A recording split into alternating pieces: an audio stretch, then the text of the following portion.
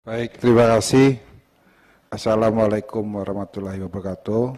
Om Swastiastu, selamat siang dan salam sejahtera.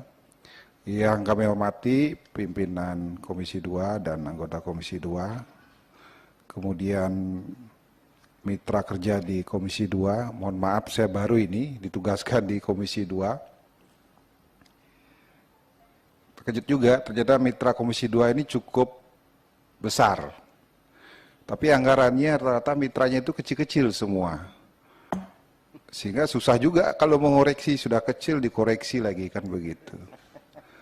Nah, sehingga kami yakin pimpinan dan Komisi 2 apa yang menjadi usulan dari mitra ini pasti nanti akan disetujui untuk perbaikan kinerja pada aparatur sipil negara.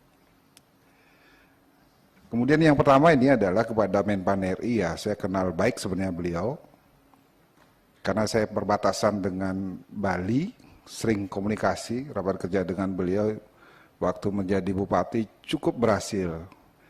Banyak sekali daerah-daerah yang dijadikan rujukan bahwa Banyuwangi itu berhasil untuk mengatur terutama daripada sistem manajemen dan terutama aparatur sipil negara.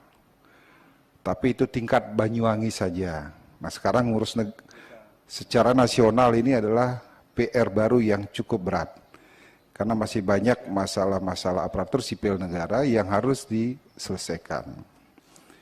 Kalau dilihat dari segi anggaran, kami lihat di Mitra Kerja ini, kita anggarannya ini sampai bulan 9 sekarang akhir ini, itu rata-rata anggaran itu realisasi tahun 2022 itu masih sekitar paling 65%. Syukur-syukur ya tidak ada refocusing seperti tahun lalu, karena kalau anggarannya tidak terserap 2022 tentunya sudah akan terjadi refocusing lagi. Dan ini sering sekali menjadi bagian sorotan dari Presiden, Pak Presiden, bahwa hampir sebagian kementerian itu serapan anggarannya itu sangat rendah, padahal itu bagian apalagi sekarang mengatasi inflasi dan sebagainya. Nah, tentu menginginkan agar serapan anggarannya itu bisa cepat dan tentu ini akan berpengaruh terhadap pertumbuhan ekonomi secara nasional. Nah, kami ingin tahu apakah sisa anggaran ini, apakah semua kebiasaan akhir anggaran itu apakah dikunci anggarannya sehingga anggaran itu harus cair ketika akhir tahun anggaran. Nah, tentu ini tidak bagus bagi pertumbuhan ekonomi termasuk program-program yang ada di kementerian. Nah itu mengenai realisasi tahun anggaran 2022. Yang kedua, tadi sudah banyak disampaikan, utama dari Menpan RB, karena anggaran ini kan kecil 231 dan sekarang ada tambahan menjadi 400 miliar. Memang Menpan RB ini kan semestinya yang utama itu adalah sistem atau manajemen. Karena kewenangan untuk mengatur ASN itu kan ada di pemerintah daerah. Nah tentu inilah program-program yang dibuat ini nantinya ini harus membuat sistem yang nantinya akan memperbaiki aparatur sipil negara. Termasuk juga tadi yang sudah disampaikan, ini banyak sekali daerah-daerah itu menjadi pertanyaan. Ada kesenangan daripada tenaga honorer diangkat menjadi P3K maupun ASN, tetapi banyak juga daerah itu tidak bisa menerapkan 100%. Contoh di dunia pendidikan itu kuota hampir sekitar 1 juta tapi tidak bisa diterima di daerah. Kemudian daerah pun tidak bisa menggaji apa yang sudah syarat dari P3K. Karena nantinya itu anggaran itu harus 2 kali lipat yang dikeluarkan. Mereka itu daerahnya yang biasa dengan mengeluarkan honor sesuai dengan minimal upah daerah, ada yang 2 juta, 1,5, sekarang harus sampai 4 juta. Sehingga kuota yang tidak itu banyak yang tidak bisa bayar. Di lain pihak itu harus tahun 2000 bulan 30 September ini semua itu harus sudah diangkat menjadi P3K. Semestinya ini peraturan yang dikeluarkan itu oleh pemerintah itu harus diikuti oleh penganggaran. Karena P3K itu kan dianggarkan melalui APBD. Bukan, semestinya itu harus ada subsidi dari APBN. Kami yakin, apalagi di daerah-daerah itu, ini kan sudah ada ketentuan. Kalau belanja pegawai lebih dari 40% itu dapat peringatan. Pak Saudara sudah paham betul. Nah, apalagi nanti pengurangan DAU dan sebagainya. Nah, bagaimana mengatasi terhadap hal-hal yang terjadi? Sehingga tenaga honor, mereka mengharapkan mereka itu P3K itu adalah seperti angin surga yang sangat bagus sekali, tetapi pemerintah daerah tidak mampu untuk melaksanakan kewajiban karena masalah mereka itu tidak bisa menutupi anggaran yang dibutuhkan untuk membayar. Belum lagi tenaga-tenaga honorer yang tidak terserap menjadi P3K. Di lain pihak kan ada kebijakan itu dijadikan sebagai seperti satpam dan sebagainya, tapi itu kan ada aturannya. Tidak semua pegawai honorer itu bisa diangkat seperti pegawai-pegawai yang sudah diatur.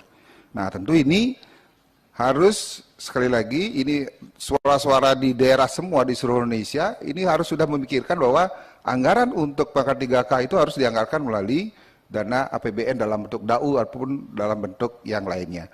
Nah, karena kami yakin kalau pemerintah daerah dibebankan itu pasti tidak akan bisa memenuhi apa yang menjadi kuota. Kemudian kami nitip juga, kebetulan kami kemarin di Komisi 9 agar tenaga-tenaga kesehatan dari puskesmas, dari dokter, rumah sakit dan sebagainya itu di masa Covid mereka itu kan berjuang begitu habis-habisan.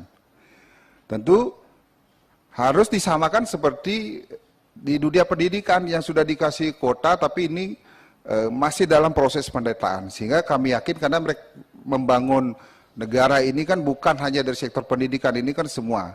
Apalagi di masa Covid begitu pengorbanannya mereka sangat luar biasa. Maka dari itu kami mohon ini agar tenaga kesehatan juga ini disamakan dengan apa yang diberikan seperti di dunia pendidikan maupun lembaga yang lain. Nah kemudian yang lain, nah ini kami lihat ada beberapa program tadi hal yang ini anggaran tambahan itu sekitar 140 miliar 668 sekian itu ada urgensinya menurunkan kemiskinan. Nah ini apa urgensinya? Nah, karena kita lihat itu fokusnya kan ada di Kementerian Sosial. Nah, apakah ASN itu miskin ataukah mereka itu menjadi pegawai yang miskin. Nah ini sehingga biar fokus, biar apa yang menjadi program-program di kementerian, apalagi anggarannya ini tidak besar, sehingga untuk membuat anggaran ini harus dengan fokus sehingga sistem yang harus diperbaiki.